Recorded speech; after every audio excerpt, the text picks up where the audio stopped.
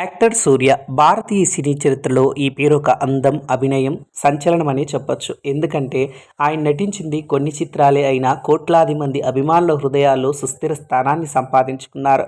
తమిళం, తెలుగు, మలయాళం కొన్ని చిత్రాల్లోనే నటించిన అవి నిరంతరం గుర్తుండే పాత్రల్లో వైవిధ్యభరితమైనటువంటి నటనతో అభిమానుల అభిమానాన్ని సొంతం చేసుకున్న ఏకైక నటుడు సూర్య గారు.